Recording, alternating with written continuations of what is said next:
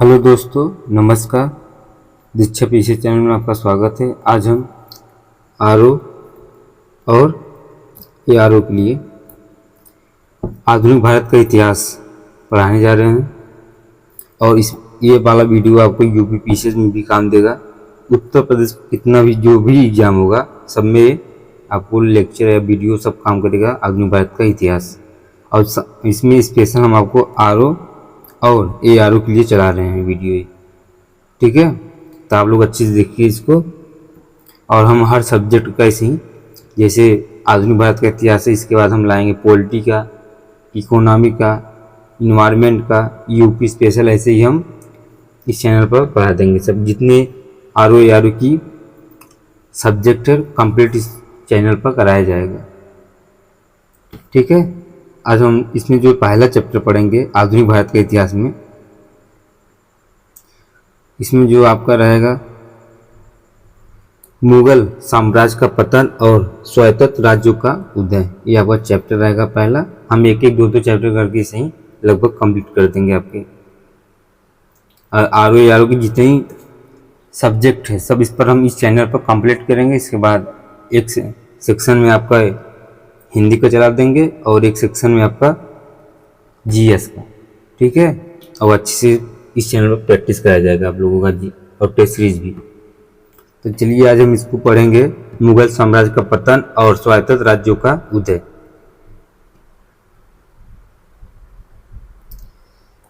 इसमें 1707 में औरंगजेब की मृत्यु के बाद इस शताब्दी की 3 प्रमुख प्रवृत्तियां दिखाई देती हैं। कौन कौन सी? पहला आपका है मुगल साम्राज्य का पतन, दूसरा है उत्तराधिकारी राज्यों का स्थापना, और तीसरा है आपका ब्रिटिश उपनिवेशवाद की स्थापना। इसके बाद इसमें आता है आपका उत्तराधिकार के लिए संघर्ष। औरंगजेब की मृत्यु के पश्चात आने वाले 52 वर्षों में 12 सम्राटों ने दिल्ली के सिंहासन पर अधिकार जमाया था।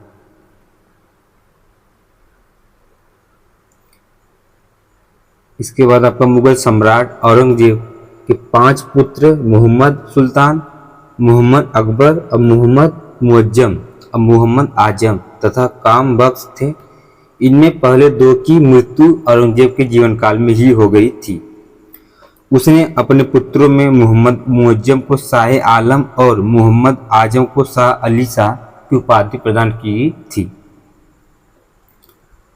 औरंगजेब की मृत्यु के समय मुगल साम्राज्य में कुल 21 प्रांत थे, जिसमें मुअज्जम काबुल, आजम गुजरात और काम बख्श बीजापुर सूबेदार था। और इन्हीं तीनों में उत्तराधिकारी के लिए युद्ध हुआ। यद्यपि औरंगजेब के बड़े बेटे जो है मुअज्जम ने अपने दोनों छोटे भाइयों को साम्राज्य के विभाजन का प्रस्ताव दिया था, लेकिन दोनों भाइयों ने इस प्रस्ताव को अस्वीकार कर दिया। आजम ने तो इसका जवाब देते हुए कहा था कि 10 गरीब आदमी एक ही चादर में आराम से सो सकते हैं, लेकिन एक साल में 2 बादशाह नहीं रह सकते। एक सल्तनत में 2 बादशाह नहीं रह सकते हैं। फिर आगरा से 20 मील दक्षिण जारजो पड़ता है। 18 जून 1707 में ईस्वी में लड़े गए युद्ध में मुअज्जम इसको जो बड़े बेटे की सेनाओं ने आजम को परास्त कर दिया। इस युद्ध में आजम शाह और उसके 2 बेटे बीदर बख्त और बलाजाह मारे गए। इसके बाद मुअज्जम ने मुगल साम्राज्य पर अधिकार कर लिया। मुअज्जम का तीसरा भाई काम बख्श सत्ता के लिए संघर्ष करता रहा, लेकिन 12/3 जनवरी या 12 और 13 जनवरी 1709 को मुअज्जम और काम बख्श के बीच हैदराबाद का युद्ध हुआ, जिसमें काम बख्श मारा गया। और जैसे जारजो युद्ध हुआ जो किसके बीच, तो जारजो और मुअज्जम और आजम के मध्य युद्ध हुआ था मध्य। अब परिणाम कहेंगे इसमें मुअज्जम जो विजयी हुए थे। फिर हैदराबाद का युद्ध हुआ, इसमें भी आपका मुअज्जम काम बख्श के बीच युद्ध हुआ। इसमें जो विजयी हुए थे मुअज्जम विजयी भी हुए थे। आगे 1707 में मुअज्जम बहादुर शाह प्रथम की उपाधि के साथ दिल्ली के तख्त पर बैठा था। यहाँ पूछता है बहादुर प्रथम।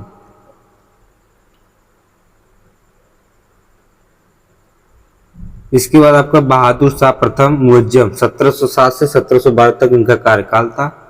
यह मुगल राज सिंहासन पर बैठने वाले सबसे वृद्ध 65 वर्ष मुगल शासक था। 1711 ईस्वी में जोशुआ केटिलार के नेतृत्व में एक डच प्रतिनिधि मंडल बहादुर शाह के दरबार में आया। प्रतिनिधि मंडल में शामिल पुर्तगीज महिला जूलियाना को बीबी व फिदवा की उपाधि दी गई है। औरंगजेब के द्वारा लगाए जाने वाले जजिया कर की वसूली बहादुर शाह प्रथम द्वारा बंद करवा दी गई है। इसने मराठा संभाजी साहू को मुगल कैद से रिहा कर दिया।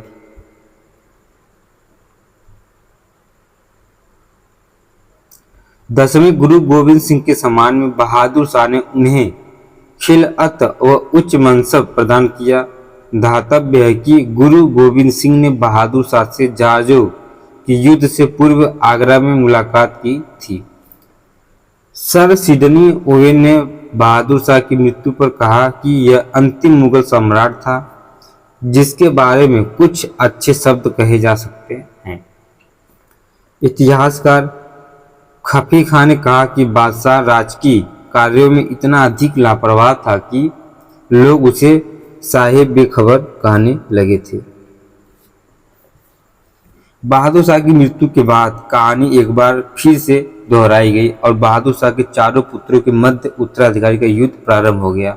ये चारों आपसी लड़ाई में इतने निर्लज्जित हो गए कि बहादुर शाह का 101 माह तक दफनाया न जा सका।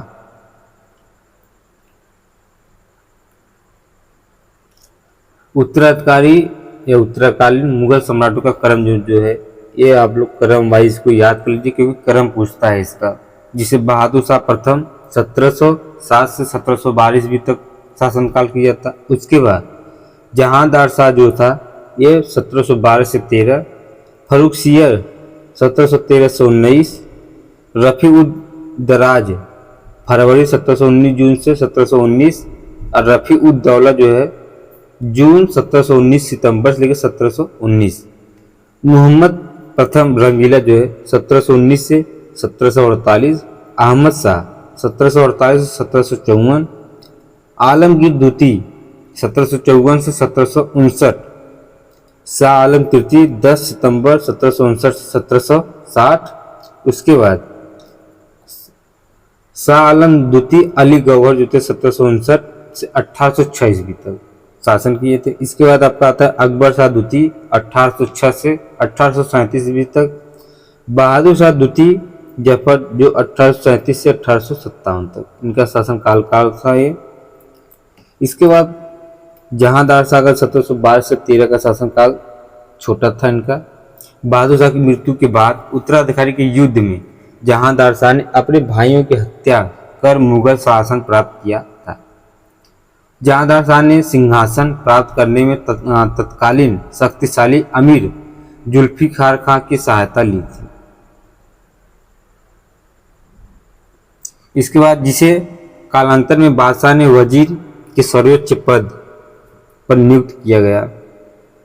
अत्यधिक भ्रष्ट और अनैतिक आचरण वाले जहांदार शाह पर उसकी प्रेमिका लाल कुंवर का काफी प्रभाव था।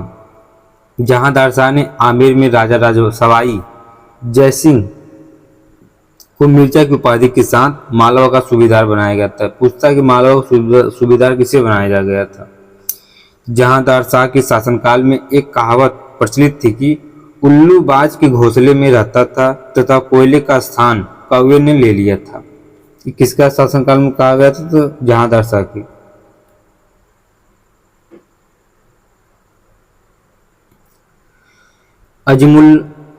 अजीमुद्दीन के पुत्र फर्रुखसियर ने हिंदुस्तानी अमीर सैयद बंधुओं के सहयोग से जहांदार शाह को सिंहासन से पदस्थ करवाकर हत्या करवा दी।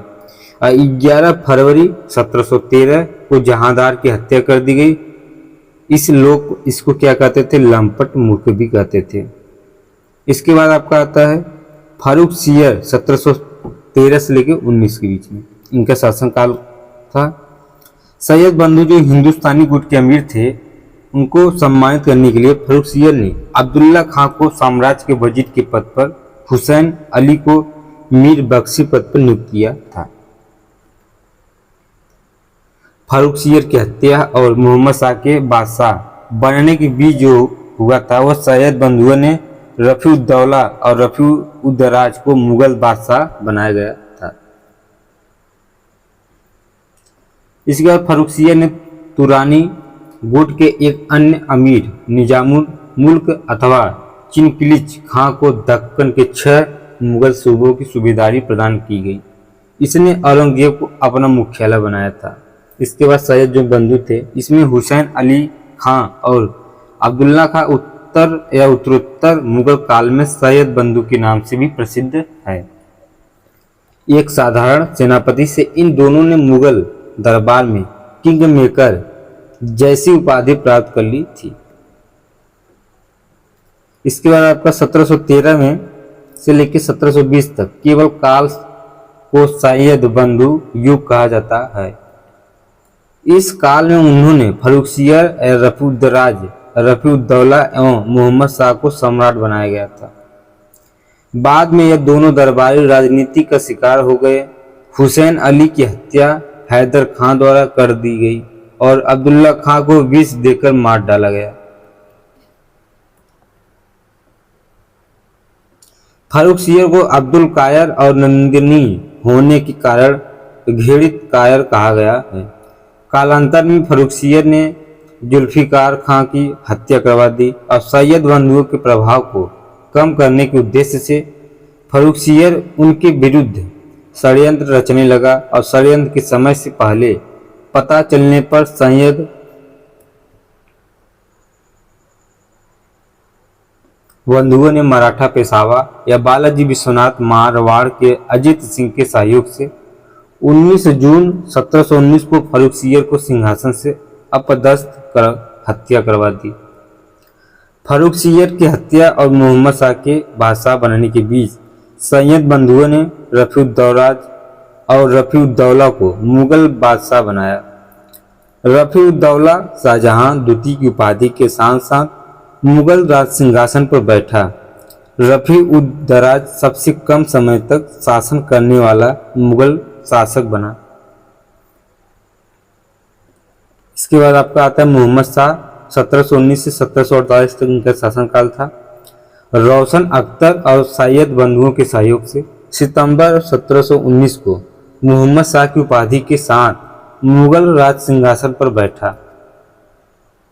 मोहम्मद शाह के शासनकाल में निजामुल मुल्क के नेतृत्व में सैयद बंधुओं के खिलाफ षड्यंत्र की शुरुआत हुई और 1722 में निजामुल मुल्क के सैयद बंधुओं की हत्या करवा दी और 1722 में मोहम्मद शाह ने चिनकिलिच खां अथवा निजामुल मुल्क को वजीर के पद पर नियुक्त किया गया। लेकिन 1724 को निजामुल बादशाह के संकालू स्वभाव और दरबार में हो रहे निरंतर झगड़ों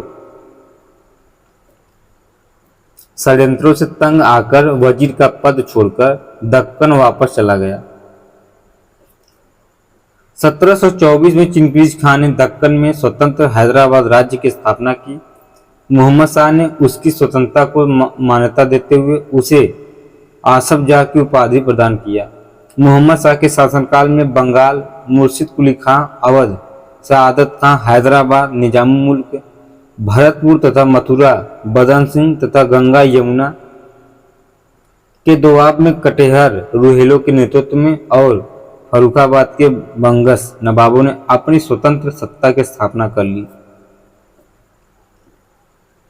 इसके बाद आपका आता है मोहम्मद शाह ने 1720 ईस्वी में वसूल किए जाने वाले जजिया कर को अंतिम रूप से प्रतिबंधित कर दिया गया। अब आता है आपका नादिर शाह का आक्रमण 1739 में हुआ था। उसके बाद मोहम्मद शाह के शासनकाल में फारस के नादिर शाह ने 1738-39 के बीच भारत आक्रमण किया गया। 13 फरवरी 1739 को हुए करनाल युद्ध में मुगल सेना बुरी तरह पराजित हुई। फिर भी निजामुल मुल्क ने 50 लाख रुपए हर्जाने के रूप में देकर नादिर शाह को वापस लेने के लिए सहमत कर दिया गया। अवध के नवाब सआदत खान ने नादिर शाह को सलाह दी कि वह बादशाह मोहम्मद और निजाम को बंदी बना ले तथा राजधानी दिल्ली में संचित अपार खजाने को प्राप्त करे।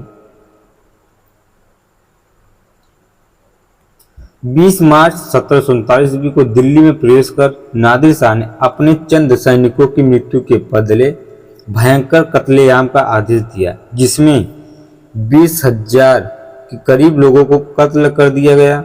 और नादिर शाह दिल्ली में कुल 57 दिन तक रहा, लगातार लूटपाट करता रहा। इसने प्रसिद्ध मुगल राज सिंहासन तख्त-ए-ताऊस शाहजहां द्वारा निर्मित तथा मुगल ताज में लगे विश्व के सर्वाधिक महंगे हीरे या कोहिनूर भी वापस जाते समय अपने साथ ले लिया गया था। मोहम्मद शाह के ही शासनकाल में नादिर शाह के उत्तराधिकारी मोहम्मद शाह अब्दाली ने 1748 ईस्वी में भारत पर आक्रमण किया गया। अवध के नवाब सआदत खान से नादिर शाह ने 20 करोड़ रुपए की मांग की, जिसे न दे पाने पर सआदत खान ने विष खाकर आत्महत्या कर ली। अहमद शाह अब्दिल को दर्रे दुर्रानी युग का मोती कहा गया है। मोहम्मद शाह को अधिक समय हरमत तथा हिजड़ों में समय बिताने तथा उसके असंयत और विलासी आचरण के कारण रंगीला कहा गया। 26 अप्रैल 1748 को मोहम्मद शाह की मृत्यु के बाद अगला मुगल बादशाह अहमद शाह हुआ है। अहमद शाह 1748 से 1754 के बीच में शासनकाल था इनका। अहमद शाह के समय में अब्दाली ने भारत पर कुल 5 बार 1748 से 1754 के बीच आक्रमण किया। भारत से वापस जाने से पूर्व अहमद शाह अब्दाली ने अपने द्वारा जीते ये भारतीय प्रदेशों की सूबेदार रोहिला सरदार निजामुद्दौला को सौंप दिया गया, जो मुगल साम्राज्य का मीरबख्शी था। अहमद शाह को अपनी सेना को वेतन देने के लिए राजमहल के बर्तन तक बेचने पड़े थे। अहमद शाह के काल में साम्राज्य के प्रशासनिक कार्यों में राजमाता उधमबाई का अत्यधिक हस्तक्षेप था, जिसे किबला-ए आलम की उपाधि दी गई थी।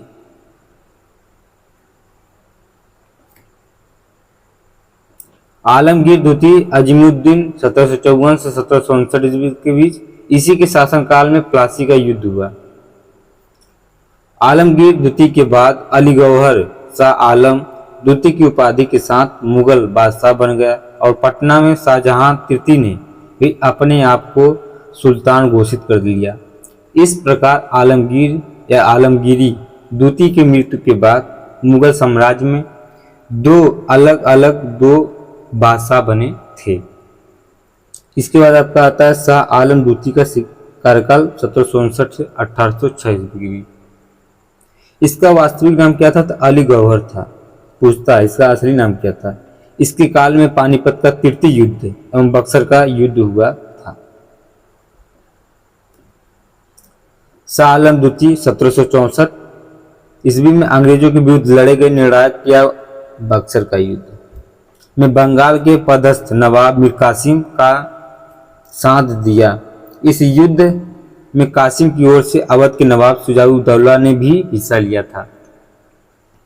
बक्सर के युद्ध में अंग्रेजों से पराजित होने के बाद शाह आलम द्वितीय को 1765 ईस्वी में ईस्ट इंडिया कंपनी से इलाहाबाद की संधि करनी पड़ी, जिसके बाद उसे कई वर्षों तक इलाहाबाद में अंग्रेजों का पेंशन याफ्ता बनकर रहना पड़ा। यह प्रथम मुगल बादशाह था जो अंग्रेजों का पेंशन बना।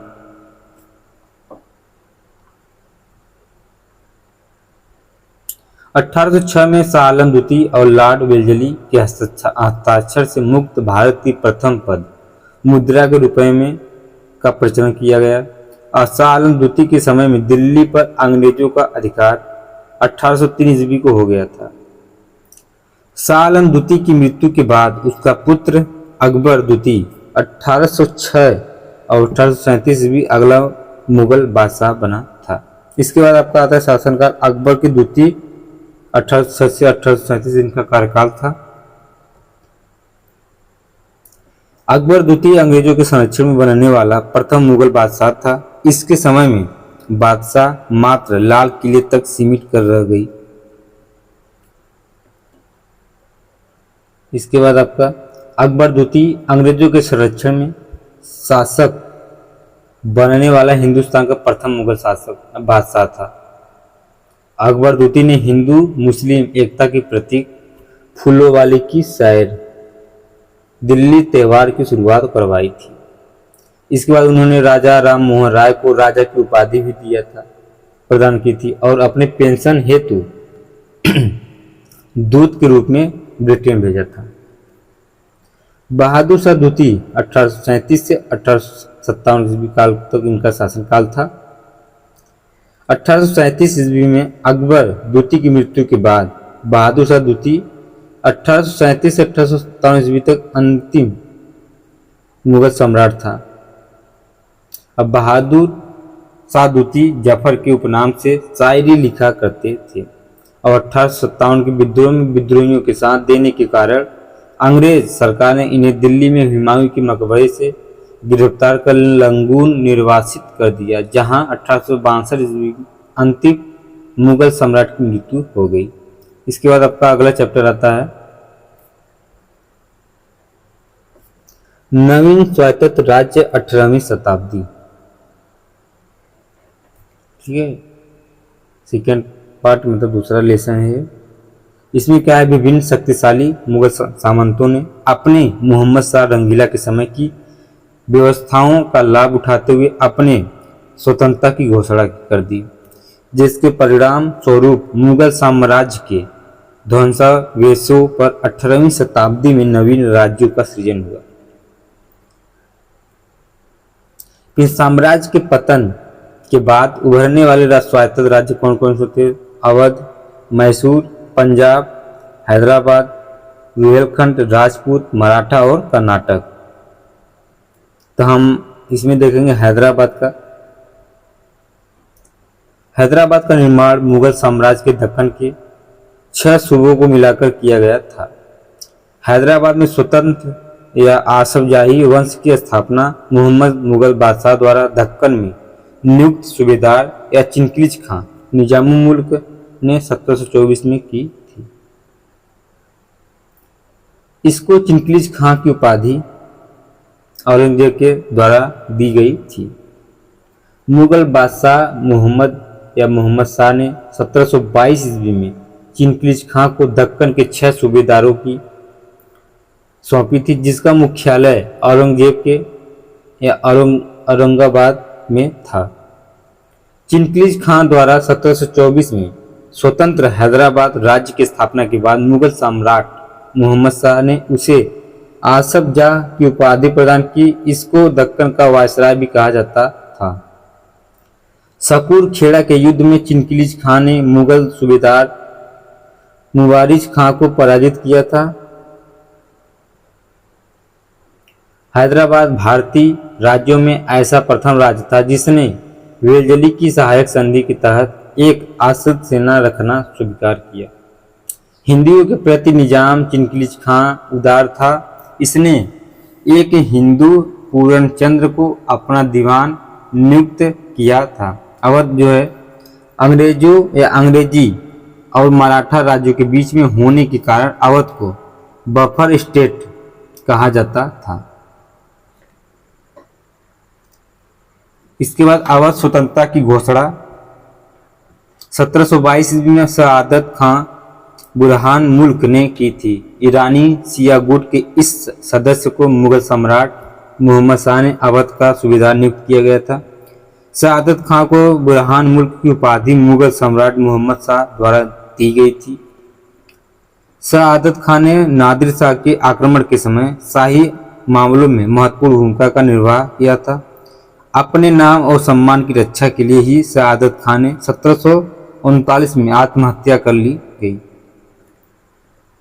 इसके बाद 18वीं सदी नए स्वतंत्र राज्य के संस्थापक। बंगाल संस्थापक वर्ष में, जिसे बंगाल जो है इनकी संस्थापक कौन था, तो मुर्शिद कुली खां थे 1713 ईस्वी में। रुहेलखंड वीर दाऊद उल अली मोहम्मद खां 1714 में। और हैदराबाद चिनक्लीज खां या निजामुल मुल्क 1724 में। अवध सआदत खां बुरहान मुल्क ये 1739 में। त्रावणकोर मार्तंड वर्मा अहोम रुद्र सिन्हा, उसके बाद मैसूर हैदर अली जो है इनका वर्ष 1761।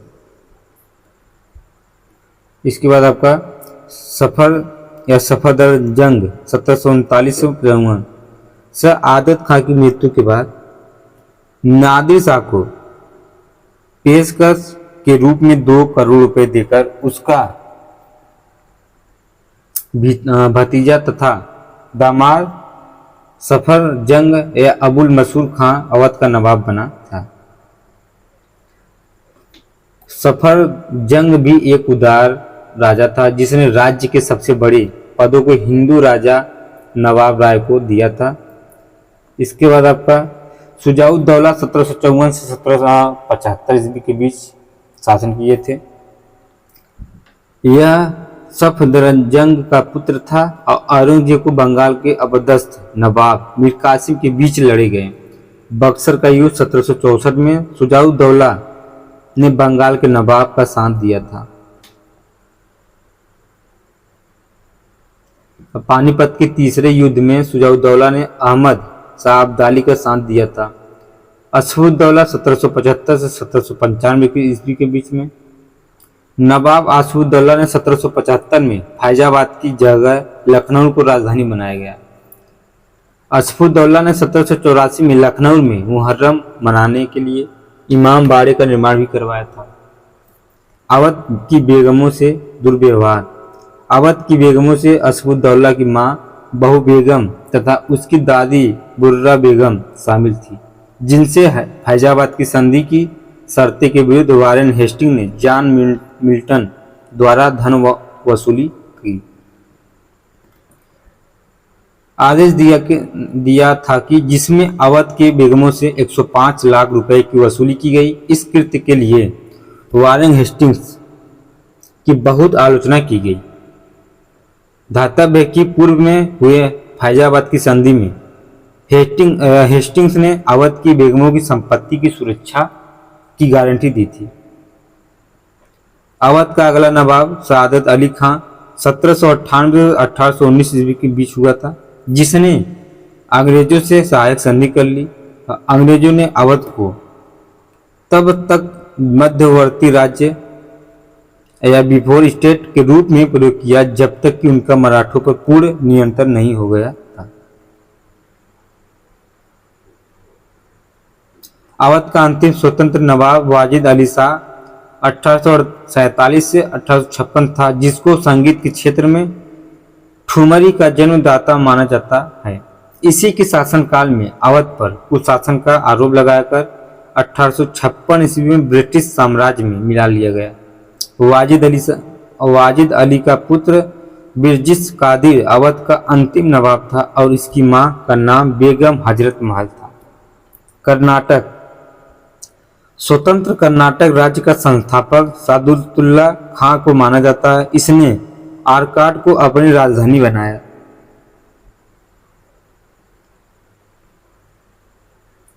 कर्नाटक का प्रयोग अंग्रेज और फ्रांसीसियों ने भारतीय युद्धों के मैदान के रूप में किया। राजपूत। 18वीं शताब्दी के राजपूत शासकों में सवाई राजा मिर्जा जयसिंह का स्थान सर्वोपरि है। इनको मिर्जा राजा की उपाधि जहांदार शाह द्वारा एवं सवाई की उपाधि फर्रुखसियर ने प्रदान की। उन्होंने विज्ञान और कला के महान केंद्र के रूप में जयपुर की स्थापना की। जय सिंह मथुरा, उज्जैन, वाराणसी, जयपुर और दिल्ली में आधुनिक उपकरणों से युक्त वेधशालाओं का निर्माण करवाया।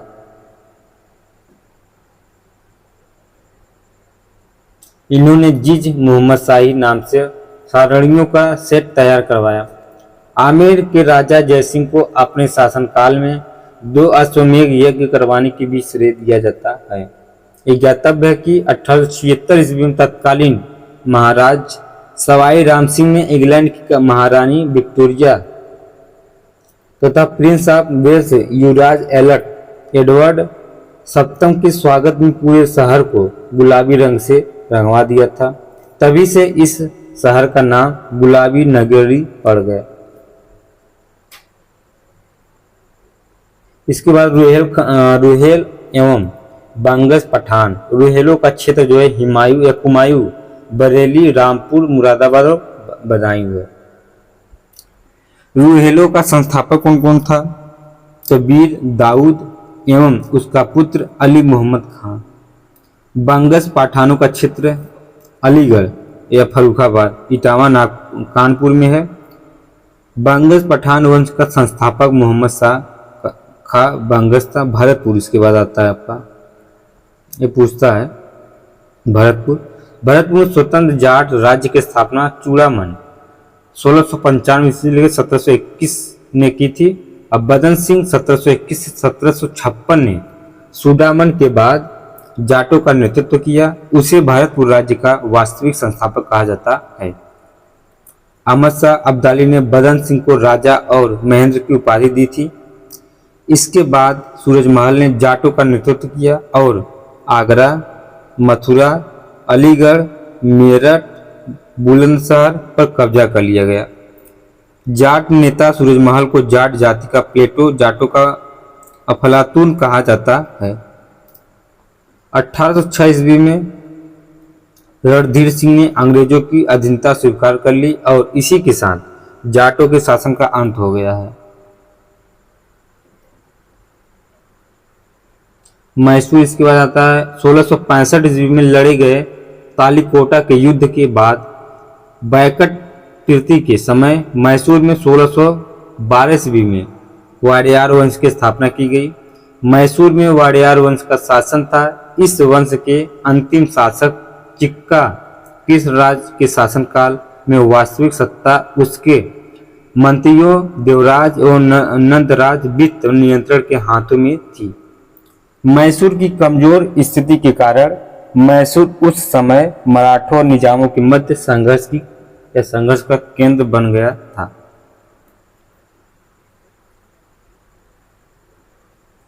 हैदर अली 1749 में नंदराज जो राज्य का राजस्व और वित्त नियंत्रण था ने हैदर को सैनिक जीवन प्रारंभ का अवसर दिया गया। 1755 में हैदर डिडुगुल का फौजदार बना। हैदर विरोधी गुटों ने मराठों को मैसूर पर आक्रमण के लिए आमंत्रित किया गया। 1760 में हैदर मराठों पर द्वारा पराजित हुआ, लेकिन पानीपत में थर्ड युद्ध में मराठों की पराजय से हैदर की स्थिति मजबूत हुई। 1761 तक हैदर के पास मैसूर की समस्त शक्ति केंद्रित हो गया। डिडुगुल में हैदर ने फ्रांसीसियों के सहयोग से 1755 में एक शस्त्रागार की स्थापना की। इसके बाद आपका टीपू सुल्तान 1782 से 99। टीपू ने अपने पिता हैदर की विपरीत खुलेआम सुल्तान की उपाधि धारण कर 1787 में अपने नाम के सिक्के चलवाए। कुछ सिक्कों पर हिंदू देवी देवताओं और हिंदू संवत अंकित किया गया। किसने? टीपू ने। टीपू ने वर्षों और महीनों के नाम से अरबी भाषा का प्रयोग करवाया और टीपू ने सिंगेरी के जगत गुरु शंकराचार्य के सम्मान में मंदिरों के पुनर्निर्माण हेतु धन दान दिया था। टीपू प्रथम भारतीय शासक था जिसने अपनी प्रशासनिक व्यवस्था में पाश्चात्य प्रशासनिक व्यवस्था को लागू किया। फ्रांसीसी क्रांति से प्रभावित टीपू ने श्रीरंगपट्टनम में जैकोबिन क्लब की स्थापना की। वह अपनी राजधानी में फ्रांस और मैसूर के मैत्री के प्रतीक के रूप में स्वतंत्रता का वृक्ष रोपा। उसने मैत्री संबंध बनाने के लिए अरब, कुस्तुनिया, काबुल और मारिशस दूत मंडल भेजा। अंग्रेजों से मुकाबले के लिए उसने 1796 में नौसेना बोर्ड का गठन किया। अब मंगलोर, दाजिदाबाद आदि में टीपू ने पौध निर्माण या डाक यार्ड बनवाए। इसने अपनी जंगल या जल सेना में फ्रांसीसी लेफ्टिनेंट रियो को नियुक्त किया गया। टीपू ने जमींदारी व्यवस्था को समाप्त कर सीधा रैयत से संपर्क स्थापित किया। वह मुक्त भूमि इनाम पर अधिकार कर पालीगर के पैतृक अधिकारों को जब्त कर लिया। अपनी रॉकेट तकनीकी के कारण दुनिया का पहला रॉकेट मैन कहा जाता है और लंदन के प्रसिद्ध साइंस म्यूजियम आज भी टीपू के रॉकेट रखे गए हैं। टीपू धार्मिक रूप से बहुत उदार था। पूर्णिया एवं किसरा राव उसके दो प्रमुख हिंदू मंत्री थे, जिनकी सलाह से ही टीपू नीतियों का निर्माण करता था। साम्राज्यवादी लेखकों ने टीपू को सीधा सीधा या सीधा साधा दैत्य कहा है। प्रथम आंग्ल मैसूर युद्ध 1767 से 69 हैदर अली ने अंग्रेजों को करारा जवाब देने के उद्देश्य से मराठे तथा निजाम से संधि पर एक संयुक्त सैनिक मोर्चा बनवाया। हैदर अली के नेतृत्व वाले मोर्चे ने अंग्रेजों के मित्र राज्य कर्नाटक पर आक्रमण किया, परंतु हैदर और निजाम तिरुवंतमल संगम में परास्त हुए। जब निजाम हैदर का साथ छोड़ अंग्रेजों की तरफ हो गया, हैदर ने मैंगलोर पर आक्रमण कर बंबई से आई अप्रशिक्षित अंग्रेजों सेना को पराजित किया और उन्हें मद्रास तक धकेल दिया।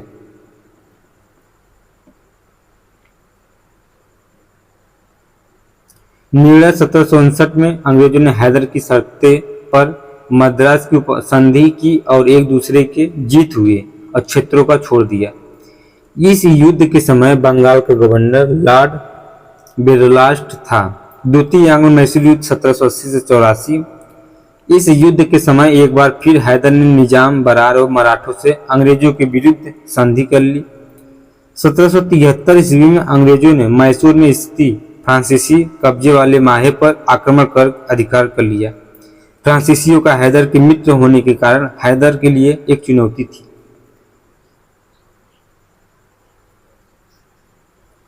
फिर हैदर ने 1780 में कर्नाटक पर आक्रमण कर सेकेंड आंग्ल मराठा युद्ध की शुरुआत की और उसने अंग्रेज जनरल बैली को परास्त कर अर्काट पर अधिकार कर लिया।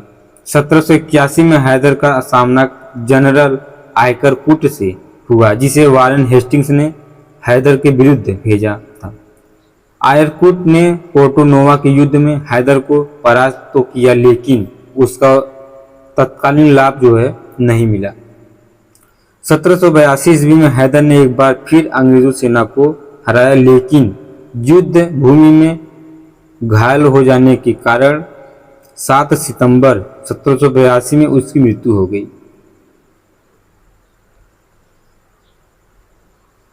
उसका युद्ध का संचालन अब टीपू ने किया। उसने अंग्रेज ब्रिगेडियर मैथ्यूज 1783 को बंदी बना लिया गया। मंगलोर की संधि के साथ सेकेंड युद्ध समाप्त हुआ। दोनों ने एक दूसरे के जीते हुए प्रदेशों को वापस कर दिया गया। द्वितीय आंग्ल मैसूर युद्ध के समय गवर्नर वारेन हेस्टिंग्स था। मंगलोर की संधि से असंतुष्ट गवर्नर जनरल वारेन हेस्टिंग्स ने कहा कि यह लॉर्ड मैकार्टनी कैसा आदमी है। मैं अभी भी यह विश्वास करता हूं कि वह संधि के बावजूद भी कर्नाटक को खो देगा। तृतीय आंग्ल मैसूर युद्ध 1790 से 92 के बीच इनका कार्यकाल था। अंग्रेजों ने टीपू पर यह आरोप लगाया कि उसने फ्रांसीसियों से समझौता किया, त्रावणकोर पर आक्रमण किया। अब फिर अंग्रेजों ने मराठों और निजाम के सहयोग से श्रीरंगपट्टनम पर आक्रमण किया। अंग्रेज कैप्टन मिंडोज के नेतृत्व में टीपू पराजित हुआ था। फरवरी 1792 को गवर्नर कॉर्नवालिस ने टीपू के श्रीरंगपट्टनम किले को घेर कर उसे संधि को मजबूर किया। निर्णय मतलब टीपू को मार्च 1792 को श्रीरंगपट्टनम की संधि करनी पड़ी, जिसके अनुसार टीपू को अपना राज्य का आधा हिस्सा अंग्रेजों को देना पड़ा। मालाबार, बारामहल, डिंडीगुल युद्ध के हार जाने के रूप में टीपू को 3 करोड़ रुपए अंग्रेजों को देने थे। जब तक टीपू रुपए नहीं देगा, उसके दोनों पुत्र अंग्रेजों के पास रहेंगे। टीपू ने पुत्र नहीं भेजे। फिर उसके बाद लॉर्ड कॉर्नवालिस ने इस संधि के बाद कहा कि बिना अपने मित्रों को शक्तिशाली बनाए हमने अपने शत्रु को कुचल दिया। धातव्य है कि इस युद्ध के समय बंगाल का गवर्नर लॉर्ड कॉर्नवालिस था।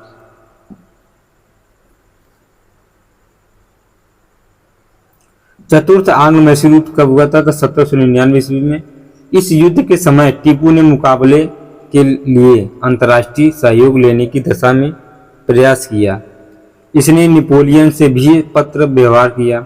इस युद्ध में भी अंग्रेजों को मराठा व निजाम का सहयोग इस बात पर मिला कि युद्ध लाभों को 3 बराबर भागों में बांटा जाएगा। इस युद्ध के समय अंग्रेजी सेना को वेल्जली, हैरिस व स्टुअर्ट को नेतृत्व प्राप्त हुआ। इस युद्ध में गवर्नर लॉर्ड वेल्जली के भाई आर्थर वेल्जली ने भी हिस्सा लिया। 4 मई 1799 को टीपू मारा गया। अंग्रेजों ने मैसूर की गद्दी पर फिर से अडयार वंश के एक बालक कृष्णराय को बैठाया। मैसूर को जीतने की खुशी से आयरलैंड के लॉर्ड समाज में वेल्जली को मार्क्सविस की उपाधि दी गई। पूरब का साम्राज्य हमारे पैरों में है। वेल्जली द्वारा चतुर्थ आंग्ल मैसूर युद्ध की समाप्ति कर दी। इसके बाद आपका आता पंजाब का क्षेत्र। गुरु गोविंद सिंह की मृत्यु के बाद गुरु की परंपरा समाप्त हो गई और उनके शिष्य बंदा बहादुर ने सिखों को नेतृत्व प्रदान किया। बंदा बहादुर के बाद कपूर सिंह ने सिखों का नेतृत्व किया और उन्होंने 1748 में दल खालसा की स्थापना की थी। 1753 ईस्वी में दल खालसा ने आर्थिक स्थिति सुधारने के लिए राखी प्रथा की शुरुआत की, जो उपज का 1/5 भाग कर के रूप में सुरक्षा भाग कर के रूप में लिया जाता था। कपूर सिंह की मृत्यु के बाद जस सिंह अहलूवालिया ने सिखों को अपने नेतृत्व प्रदान किया था। जस्सा सिंह द्वारा 10 या दल खालसा को 12 स्वतंत्र मिसलों में विभाजित कर लिया गया। आधुनिक पंजाब के निर्माण का क्षेत्र ऐसरे सुक्कर चिकिया मिसल हो जाता है। इसके बाद आपका बंदा बहादुर 1708 से 16 इनका कार्यकाल था। बचपन का नाम लक्ष्मण देव था। जन्म कश्मीर राजौरी थी। अन्य नाम का था माधवदास बैरागी। नांदेड़ में जाकर उन्होंने गुरु गोविंद सिंह की शिष्यता ग्रहण की। इसी कारण इनका नाम बंदा बहादुर पड़ा। गुरु गोविंद सिंह ने बंदा बहादुर को सिखों का राजनैतिक नेतृत्व प्रदान कर पंजाब भेजा, जहां इनका नाम गुरु बख्श सिंह हुआ। इस प्रकार यह सिखों के प्रथम राजनीतिक नेता हुए।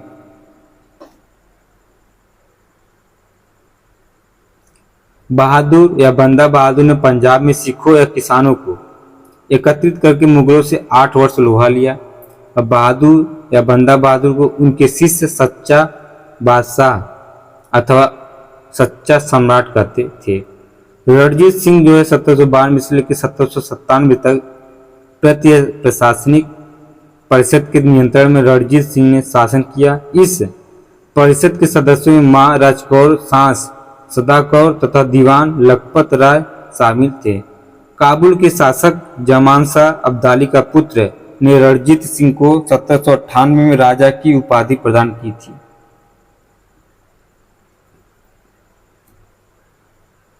अंग्रेज और विरोधी सिख राज्यों के भय के कारण रणजीत सिंह ने 1809 में चार्ल्स मेटकाफ से अमृतसर की संधि कर ली।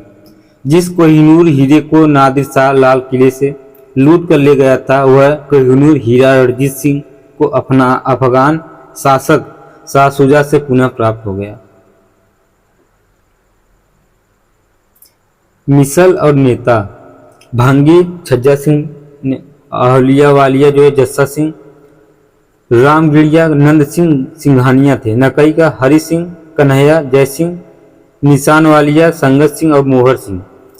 फैजुल्ला पुरिया जो है नवाब कपूर सिंह, शहीद दीप सिंह, करोड़ सिंह हिसिया का करोड़ सिंह, फुलकिया का फूल सिंह, उलेवालिया का गुलाब सिंह और सुक्कर चकिया का चढ़त सिंह रणजीत सिंह इसी मिसल से संबंधित थे। अगला क्वेश्चन है आपका, अरे रणजीत सिंह की दो राजधानियां थी। राजनीतिक राजधानी जो है लाहौर का है और धार्मिक राजधानी जो थे अमृतसर था। 1835 में जर्मन यात्री बायरन कली वेन ह्यूगल रणजीत सिंह के दरबार में आया था और रणजीत सिंह को की सेना को फौज खास कहा जाता था। रणजीत सिंह ने अपने घुड़सवारों को प्रशिक्षण देने के हेतु फ्रांसीसी जनरल एलार्ड को नियुक्त किया गया। तोप खाने के आधुनिकीकरण हेतु कोर्ट एवं गार्डन को नियुक्त किया गया था।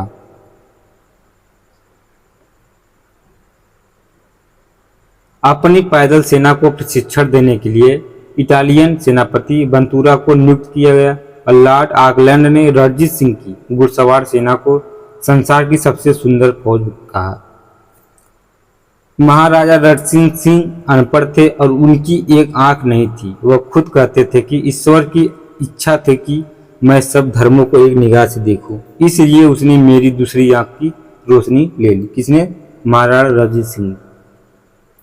फ्रांसीसी यात्री विक्टर जैक्वेमोट ने रणजीत सिंह तुलना नेपोलियन बोनापार्ट से की है। हरि सिंह नलवा और रणजीत सिंह के सर्वाधिक विश्वसनीय मंत्री थे। दीनानाथ वित्त मंत्री थे जबकि फकीर अजीमुद्दीन विदेश मंत्री थे।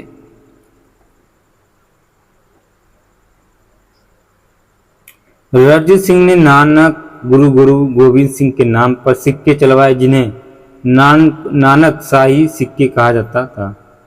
ये सिक्का रणजीत सिंह के नानक गुरु।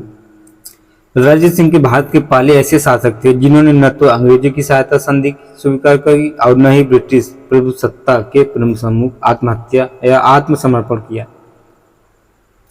जून 1839 में रणजीत सिंह की मृत्यु हो गई। इनकी समाधि लाहौर में है।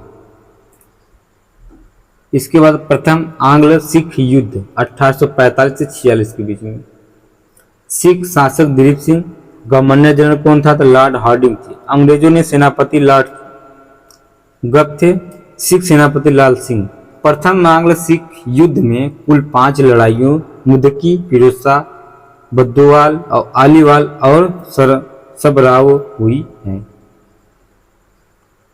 इसके बाद लाल सिंह और तेज सिंह के विश्वघात सिखों हार गए और 9 मार्च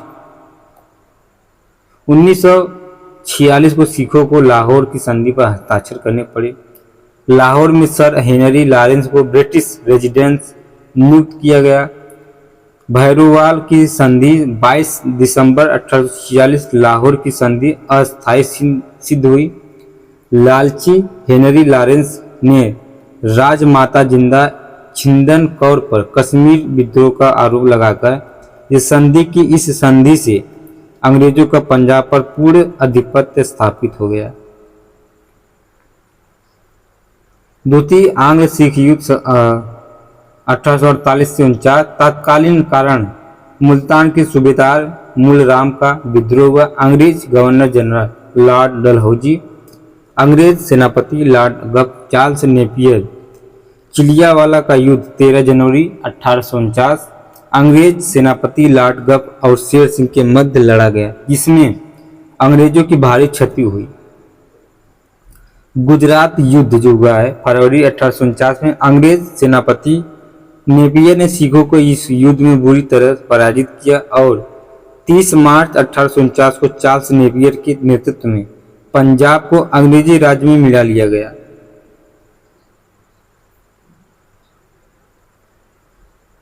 इस युद्ध को तोहफे का युद्ध भी कहते हैं। अब पंजाब का शासन चलाने के लिए डलहौजी ने sir Henry Lawrence, John Lawrence और चार्ल्स सी मेस्ले की 3 सदस्यीय परिषद बनाई गई।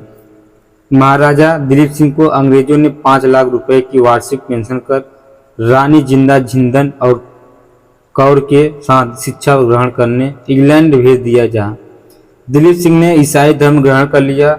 इंग्लैंड पहुंचने पर दिलीप सिंह ने कोहिनूर हीरा ब्रिटिश राजमुकुट में उपहार के तौर पर लगवा दिया, जहां वह आज भी है।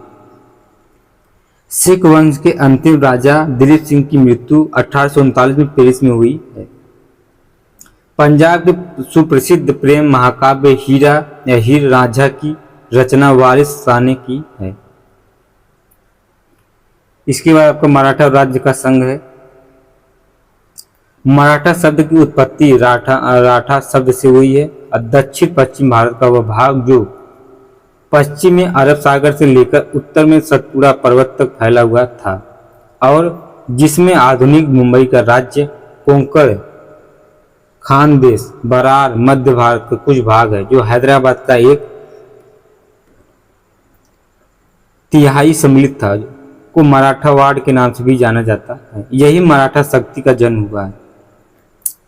17वीं शताब्दी में मुगल साम्राज्य के विघटन की प्रक्रिया प्रारंभ होने के साथ ही देश में स्वतंत्र राज्यों की स्थापना का जो सिलसिला आरंभ हुआ, उनमें राजनीतिक दृष्टि से सर्वाधिक शक्तिशाली राज्य मराठों का था। ग्रांड डब के अनुसार 17वीं शताब्दी के उत्तरार्ध में मराठों का उदय आकस्मिक अग्निकांड की भांति हुआ। शिवाजी के पिता शाहजी बीजापुर सुल्तानपुर की सेवा में थे। बीजापुर के सुल्तान ने इन्हें 4 लाख की जागीर देकर बेंगलोर का अधीनस्थ शासक नियुक्त किया था। इनके पास पूर्व में पूना सूपा की भी छोटी सी जागीर थी, जिसे शिवाजी ने एक विशाल साम्राज्य में बदल दिया। शिवाजी 1627 से 1680 के बीच में शिवाजी में हिंदू धर्म की रक्षा की भावना थी, परंतु उनका उद्देश्य राजनीतिक था। उसका मूल उद्देश्य मराठों की बिखरी हुई शक्ति को एकत्रित करके महाराष्ट्र, दक्षिण भारत में एक स्वतंत्र राज्य की स्थापना करना था। इसके बाद शिवाजी का जीवन काल इसमें जैसे जन्म कब हुआ था तो 9 मार्च 1627 को, स्थान शिवनेर पूना में, माता जीजाबाई, पिता शाहजी भोसले। गुरु कौन थे तो गुरु कोटदेव और गुरु रामदास।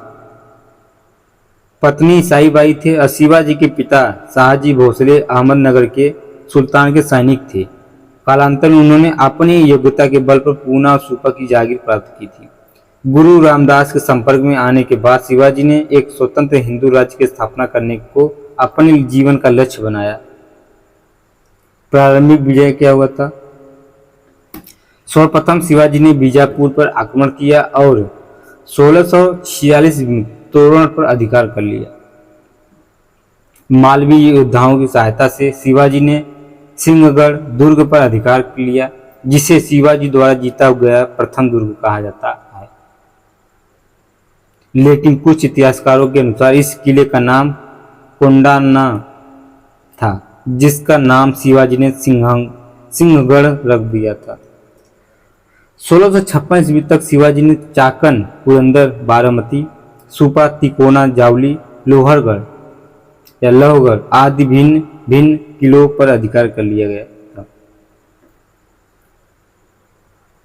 इसके बाद आपका मुगलों के से पहली भिंडत 1657 ईस्वी में शिवाजी का पहली बार मुकाबला मुगलों से हुआ, जब वह बीजापुर की तरफ से मुगलों से लड़े।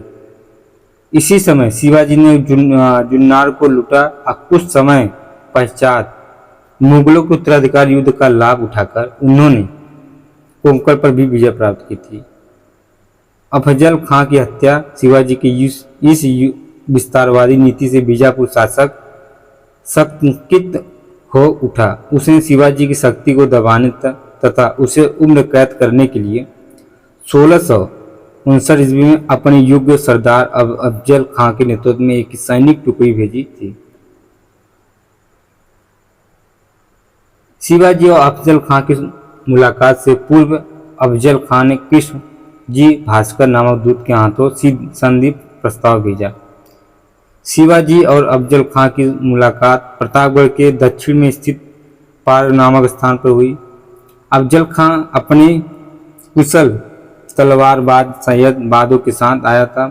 वही शिवाजी के साथ जीवनमल और शंभूजी कावजी नामक अंगरक्षक थे, जहां पर शिवाजी ने 2 नवंबर 1659 ईस्वी में उसकी हत्या कर दी गई। शाइस्ता खान से संघर्ष 1660 ईस्वी में मुगल शासक औरंगजेब ने शाइस्ता खां को शिवाजी को समाप्त करने के लिए दक्षिण का गवर्नर नियुक्त किया।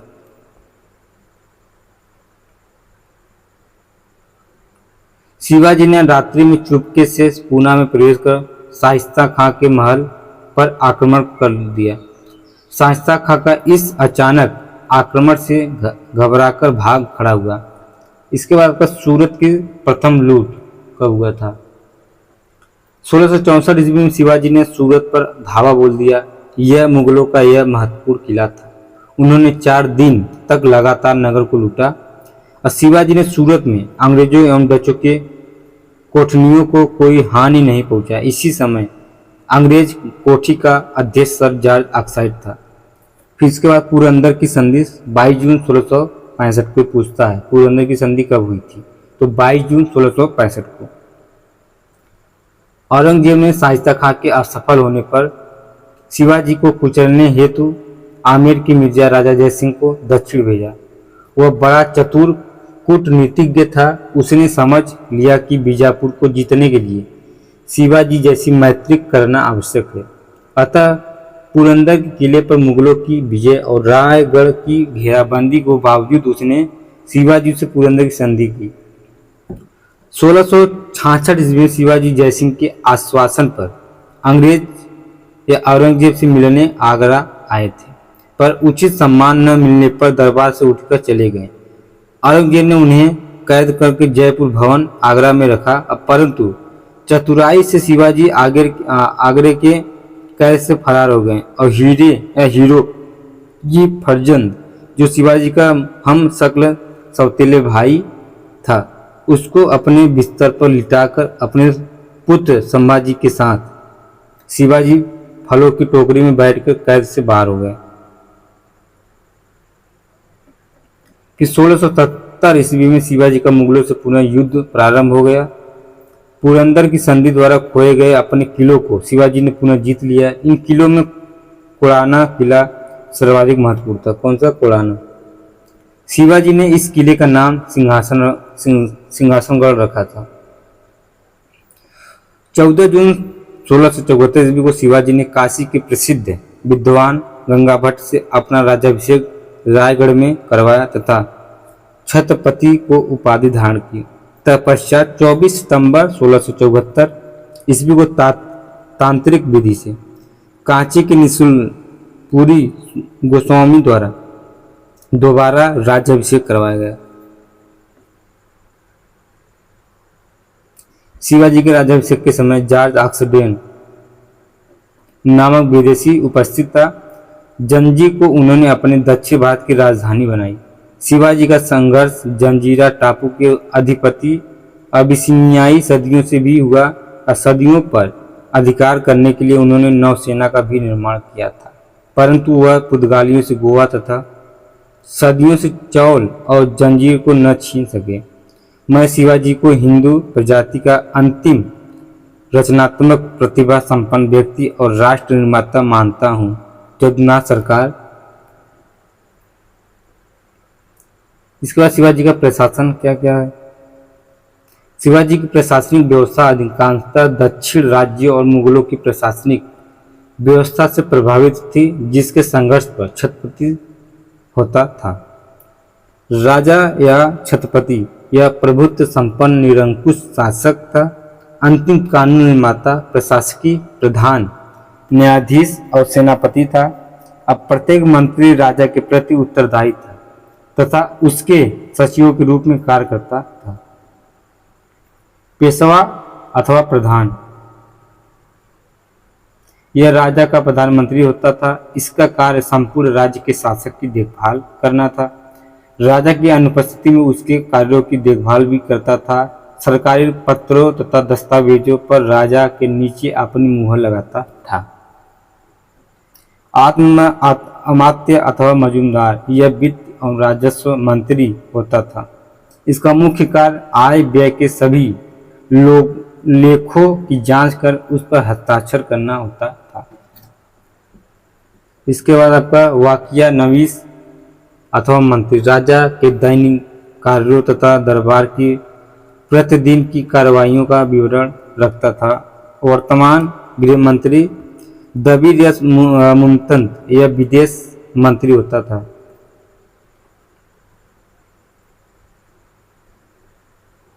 सेनापति अथवा सर या नौबत सेना की भांति संगठन, शरद आदि का प्रबंधन इसके प्रमुख कार्य थे। पंडित राव विद्वानों और धार्मिक कार्यों के लिए दिए जाने वाले अनुदानों का दायित्व निभाता था। न्यायाधीश यह मुख्य न्यायाधीश होता था। राजा के बाद इसके अधिकार क्षेत्र में राज्य के समस्त दीवानी तथा फौजदारी के मामले आते थे। अष्टप्रधान में पंडित राव न्यायाधीश के अतिरिक्त सभी मंत्रियों को अपने असैनिक कर्तव्यों के अतिरिक्त सैनिक कमान संभालनी पड़ती थी। चिंटनिस या पत्राचार लिपिक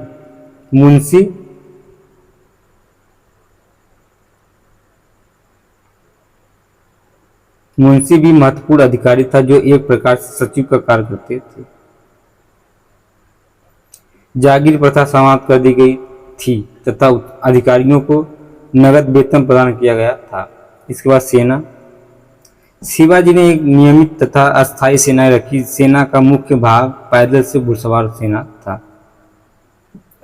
घुड़सवार सेना दो भागों में विभक्त था। बरगीर, तो बरगीर में घुड़सवार सैनिक थे जिन्हें राज्य की ओर से घोड़े और शस्त्र दिए जाते थे। दूसरा सिलेदार, ये स्वतंत्र सैनिक थे जो अपना अस्त्र शस्त्र स्वयं रखते थे। 25 अश्वरोहियों की एक टुकड़ी होते थे। 25 घुड़सवार एक हवलदार के अधीन होते थे और 5 हवलदार एक जुमलादार के अधीन होते थे और 10 जुमलादार एक हजारी के अधीन होते थे। 5 हजारी एक पंच हजारी के अधीन होते थे। पंच हजारी सर नौबत के अधीन होते थे। सर नौबत संपूर्ण घुड़सवार सेना का प्रधान होता था। शिवाजी ने कोलाबा में एक जहाजी बेड़े का भी निर्माण करवाया जो 2 कमानों में बटी हुई थी। एक दरिया सारंग मुसलमान तथा दूसरी नायक हिंदू के अधीन रहती थी। मालवी सैनिक शिवाजी के अंगरक्षक थे। मालवी एक पहाड़ी लड़ाकू जाति थी। पांगा घुड़सवार सेना का एक नियमित संगठन था। राजस्व प्रशासन। शिवाजी की राजस्व व्यवस्था अहमदनगर राज्य में मलिक अंबर द्वारा अपनाई गई रैयतवाड़ी प्रथा पर आधारित थी। शिवाजी के निर्देशानुसार सन 1679 ईस्वी में अन्नाजी दत्तो ने एक विस्तृत भू सर्वेक्षण करवाया, जिसके परिणाम स्वरूप एक नया राजस्व निर्धारण होगा।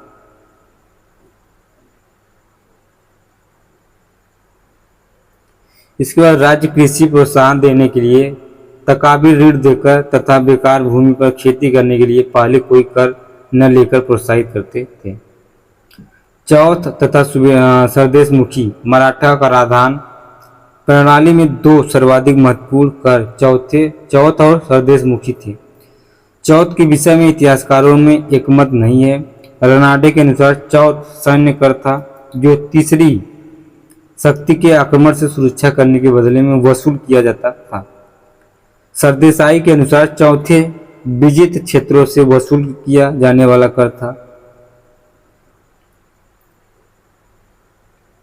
जदुनाथ सरकार के अनुसार यह मराठा आक्रमण से बचने के एवज में वसूल किया जाने वाला कर था। चौथ विजित राज्यों के क्षेत्रों से उपज की कई चौथे या चौथाई 1/4 भाग के रूप में वसूल किया जाता था। सरदेशमुखी यह आय का 10% और 1/10 अंश के रूप में होता था, जो एक अतिरिक्त कर था। न्याय प्रशासन। न्याय प्रशासन पुराने किस्म का ही था। गांव के आपराधिक मामले की सुनवाई पटेल किया करता था, जो आज के तहसीलदार के समान होता था। 4 अप्रैल 1680 को शिवाजी की मृत्यु हो गई।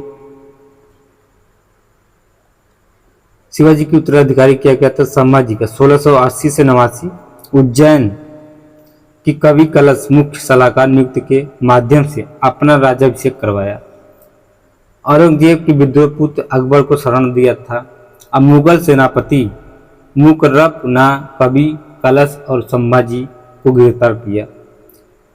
औरंगजेब की सेना द्वारा मारे गए और राजा राम 1689 से 1700 ईस्वी के इनका कार्यकाल था। मराठा राज्य के बचाए रखने के लिए सत्ता का विकेंद्रीकरण किया। जुल्फिकार खां के नेतृत्व में मुगल आक्रमण का सामना करना पड़ा।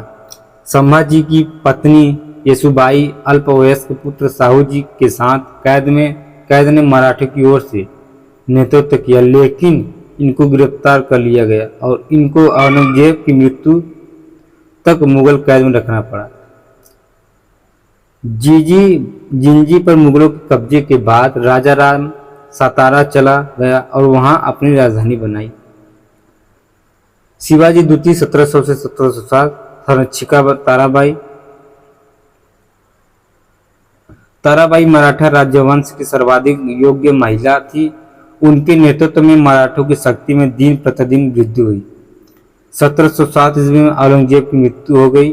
फिर 1707 ईस्वी को मुगल बादशाह बहादुर शाह प्रथम ने साहू जी को कैद से छोड़ा। कैद से छूटकर साहू जी और ताराबाई के मध्य खेड़ा का युद्ध 1707 ईस्वी हुआ, जिसमें ताराबाई को पराजित कर साहू मराठा छत्रपति बना। साहू 1707 से 49।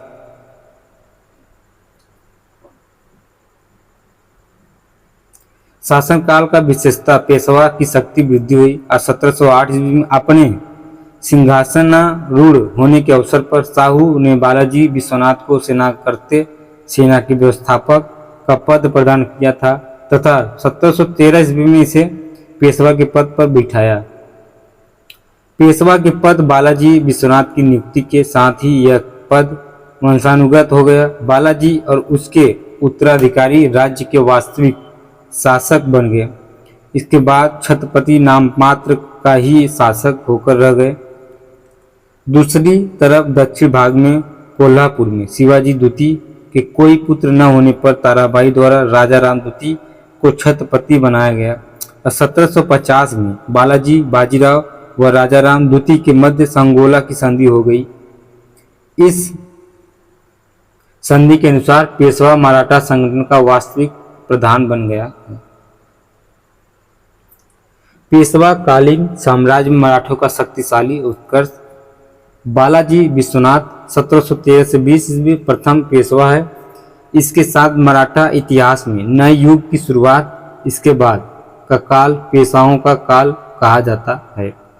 1719 ईस्वी में मराठों की ओर से बालाजी विश्वनाथ व मुगल सूबेदार सैयद हुसैन के मध्य दिल्ली की संधि हुई। इस संधि को रिचर्ड टेम्पल ने मराठा इतिहास का मैग्ना कार्टा कहा गया है। इसके बालाजी विश्वनाथ को मराठा साम्राज्य का द्वितीय संस्थापक कहा जाता है। फिर इसके बाद आपका मुगल सम्राट फर्रुखसियर को गद्दी से हटाने के लिए सैयद बंधुओं को अपना सहयोग दिया। बाजीराव प्रथम 1720 से 40 ईस्वी तक इनका शासनकाल था।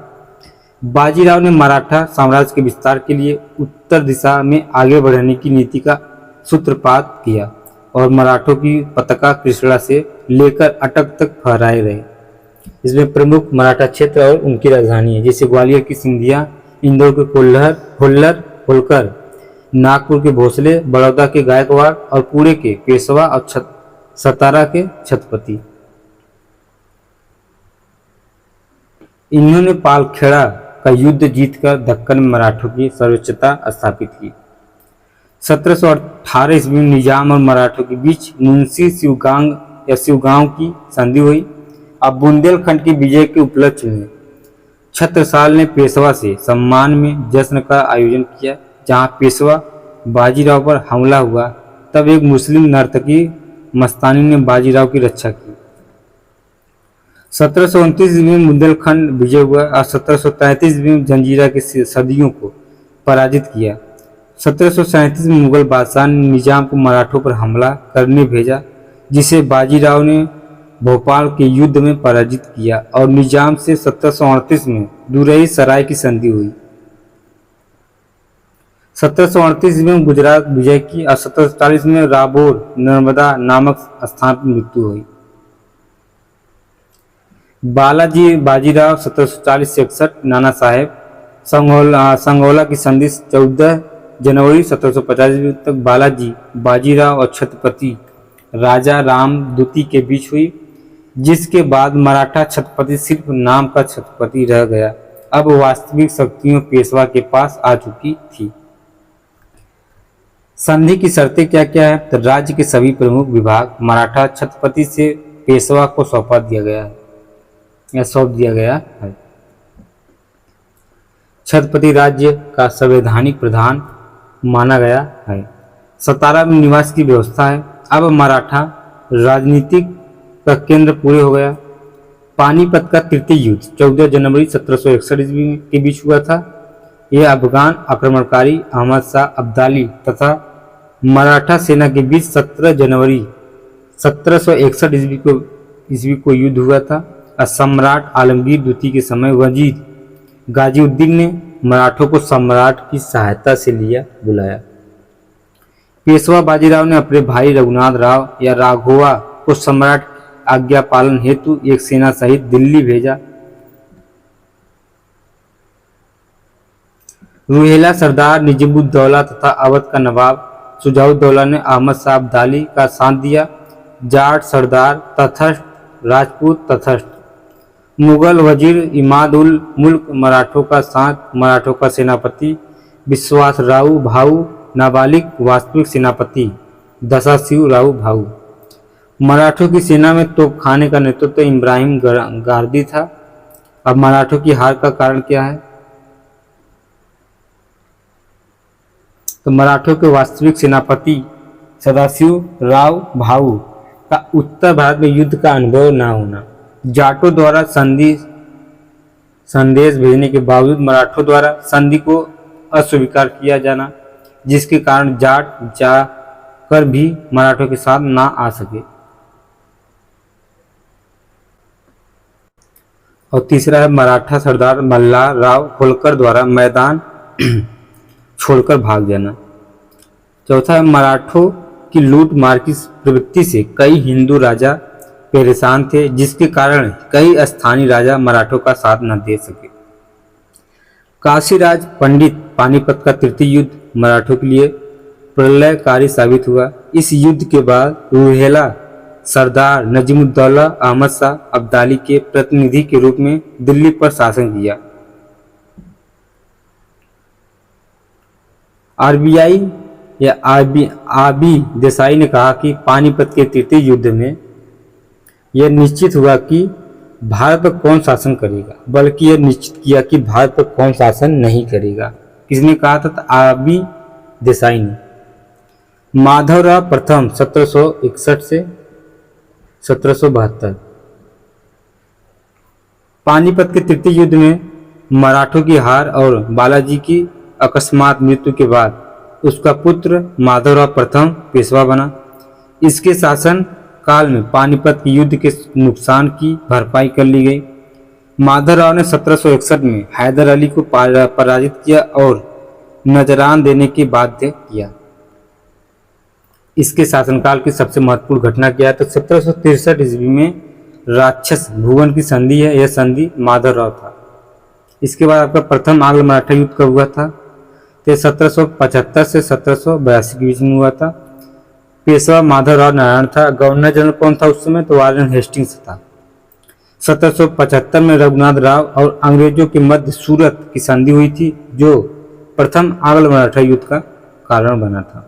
सालबाई की संधि कब हुई? तो 1782 ईस्वी में पूछता है। तो प्रथम आंग्ल मराठा युद्ध समाप्त हुआ। इस संधि को संपन्न करवाने में महादजी सिंधिया ने मध्यस्थता की थी। इसके बाद द्वितीय आंग्ल मैसूर युद्ध 1803 से 1805 ईस्वी के बीच हुआ था। मराठा पेशवा ये बाजीराव द्वितीय था। अंग्रेज गवर्नर जनरल लॉर्ड वेलेस्ली। यह युद्ध फ्रांसीसी भय की पृष्ठभूमि में हुआ था। इस युद्ध में तीन प्रमुख संधियां थी। कौन कौन सी? बेसिन की संधि 31 दिसंबर 1882 को बाजीराव द्वितीय और अंग्रेज के मध्य हुआ था। फिर दूसरा देवगढ़ की संधि हुई थी 17 दिसंबर 1803 को रघुजी भोसले और अंग्रेजों के मध्य हुआ था। और तीसरा सुरजी अर्जन गांव की संधि हुई थी। कब? तो 30 दिसंबर 1803 को। किसके बीच हुआ था? तो सिंधिया और अंग्रेजों के मध्य हुआ था। इसके बाद आपका तृतीय आंग्ल मराठा युद्ध 1817 से 1800 के बीच हुआ था। मराठा पेशवा बाजीराव द्वितीय जो थे अंग्रेज गवर्नर जनरल लॉर्ड हेस्टिंग्स इस युद्ध में निम्न संधियां हुई। पूना की संधि 13 जून 1817 को बाजीराव द्वितीय और अंग्रेजों के मध्य हुआ था। और ग्वालियर की संधि 5 नवंबर 1817 सिंधिया और अंग्रेजों के मध्यसौर की संधि 6 जनवरी 1818 होलकर और अंग्रेजों के मध्य हुआ था। इसके बाद अंग्रेजों ने पेशवा पद को समाप्त कर दिया और उसे 8 लाख रुपए वार्षिक पेंशन देकर कानपुर के बिट्ठू में रहने भेज दिया। शिवाजी ने सर्वप्रथम किस किले को जीता था? तो 1646 ईस्वी में तोरड़ को। शिवाजी की अंतिम विजय कौन सी थी? तो जिंजी का किला 1678 में। शिवाजी ने किसे अपनी राजधानी बनाया? रायगढ़ में। औरंगजेब की मृत्यु के समय मराठा नेतृत्व किसके हाथों में था? ताराबाई की। पुरंदर की संधि के समय वहां कौन सा विदेशी यात्री उपस्थित था? तो वो थे मनुची। अब मराठा शासकों में किसे गौ ब्राह्मण प्रतिपालक की संज्ञा दी गई थी? शिवाजी को। किस इतिहासकार ने शिवाजी को राष्ट्र निर्माता माना है? तो जदुनाथ सरकार। पेशवाई को कब समाप्त कर दिया गया था? 1828 ईस्वी में। किस इतिहासकार ने पानीपत की तीसरी लड़ाई को स्वयं देखा था? काशी पंडित। मोडी लिपि का प्रयोग किसके लेखों में किया गया था? मराठों की। और शिवाजी की कौन सी पत्नी की उनके साथ सती हो गई थी? तो वो हुई थी आपको पुतली बाई। किस मराठा शासक के संबंध में अंग्रेजों ने कहा था कि मराठा का अंतिम बुद्धितापूर्ण शासक था? तो नाना फडणवीस। इनका वास्तविक नाम बालाजी जनार्दन भानु था। पानीपत के तीसरे युद्ध में किसने मराठा तोपखाने का नेतृत्व किया था? इब्राहिम गारदी। पानीपत युद्ध के समय पेशवा कौन था? बालाजी बाजीराव। उसके बाद मराठा सरदारों को दिए जाने वाला आय का 66% भाग क्या कहलाता था? तो मुकास। पेशवा शासकों में सर्वाधिक साम्राज्य विस्तार किसके शासनकाल में हुआ? बालाजी बाजीराव। इसकी तारीफ यह कहा गया था कि मराठा घोड़ों ने कन्याकुमारी से लेकर हिमालय के झरनों तक अपनी प्यास बुझाई। मराठा साम्राज्य का अंतिम छत्रपति कौन था? तो शाहजी अप्पा साहेब। ठीक है। इसके बाद आपका अगला चैप्टर आता है, तो अगली वीडियो हम इसको पढ़ाएंगे। यूरोपीय वाणिज्यिक कंपनियों का भारत आगमन कैसे हुआ था। ठीक है। अब हम इस वीडियो को आपको अच्छा लगे तो लाइक और सब्सक्राइब जरूर करना। जो भी सुझाव आप कमेंट में शेयर कर सकते हैं। आप दबा के भाई साहब सब्सक्राइब करिए। हम आप लोग के लिए मेहनत कर रहे हैं लगातार। ठीक है। धन्यवाद।